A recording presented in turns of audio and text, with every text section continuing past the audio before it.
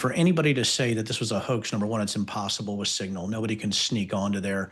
It's obvious that Mike Waltz already had Jeff Goldberg in his contacts. Someone probably was talking to him previously, which I pointed out before, right? That he probably was leaking or talking to Jeff Goldberg on some other thing, which is why he's so violently aggressive in pushing these conspiracy theories. But also when you look at what happened on that Signal chat, when you're looking at time over targets, when you're looking at specific type of airframes, when you're looking at a specific mention of the target, all that is at the minimum secret or collateral level. It's ludicrous to say that they weren't actually talking classified on those threads, especially when it was that far out from the strike. If you can imagine somebody else being added that maybe wasn't as ethical as Jeff Goldberg, what our enemies could actually do. Because if you know the airstrike or the platforms, you can infer the weapons platforms that they're actually carrying. So I find it laughable. And anybody who's been in ops, real ops like I have, in the United States Air Force or on the ground, or Marine Corps pilots, Navy pilots, Army pilots, they understand that time over targets, specific payloads or specific aircraft, and the target itself would be classified. Okay, well, Congressman, help us work through the argument that the administration is making that even if all of that were true, these plans were not compromised, or at the very least not thwarted. This was a successful mission by all accounts, according to their telling, and that's why the president says this actually was no problem at all. What do you think? You know, I find it interesting that they say it's no problem to have a leak from the SecDef at the highest levels. That was only by the good fortune that they had an ethical U.S. citizen that they had included on these talks to somehow say, just because we screwed up so badly that we could put troops in harm's way, and because it didn't, that means it's all hunky-dory. It's so ludicrous from an intelligence background, but also from a military background, but just common sense.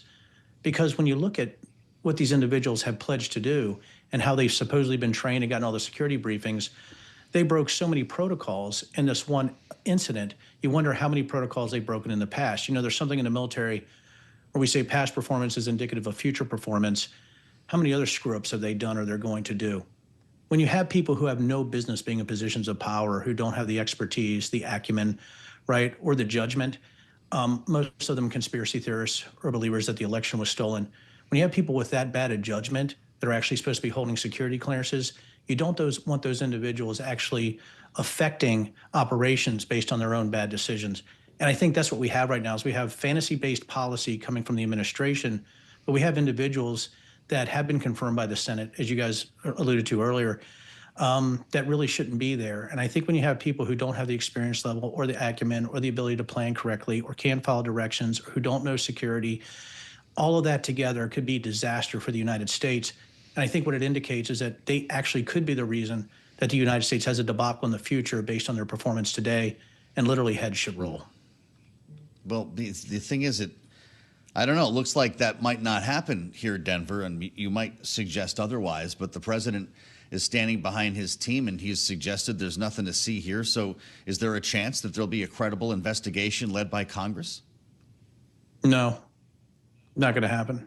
No. My guess is there's going to be an executive order allowing Signal tomorrow, to be used for classified operations, right? Or there's going to be some kind of preemptive pardon, for Signal users in the DOD. I mean, it's so ludicrous, and I think it's what's scaring our allies right now. And I think what people are concentrating on, the fact that the Signal, they invited somebody, they were discussing classified information, right on a comms channel that wasn't authorized.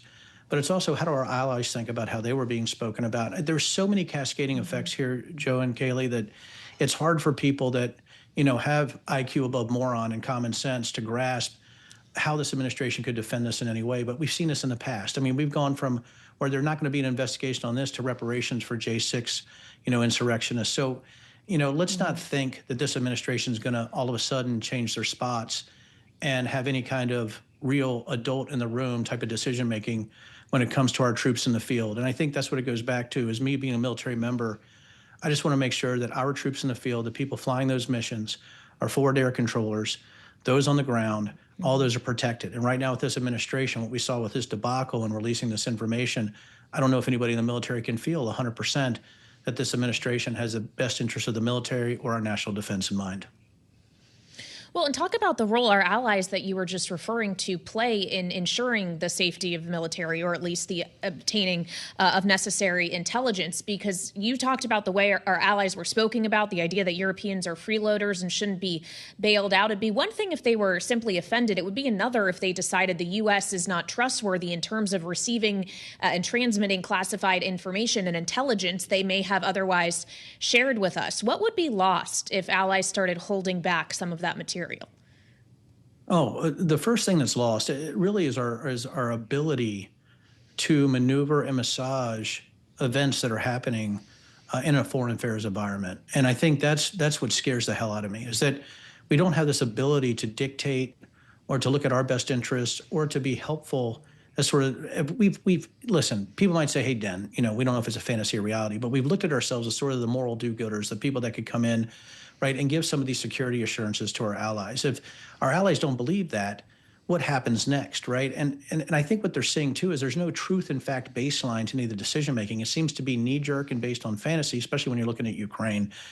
When I'm talking about air ops, Amy McGrath, Marine F-18 pilot, we're doing a new show, called Truth in the Barrel that's coming out. And we're talking about this exactly. The question you just asked, right, is how does all this actually affect our European allies, but how does this also affect Ukraine, right, specifically?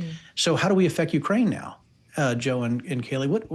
What is our position? J.D. Vance already made it clear when he was there before, right, that they don't even think Ukraine could be in NATO. I mean, it's just ludicrous to give up all of that sort of negotiating clout.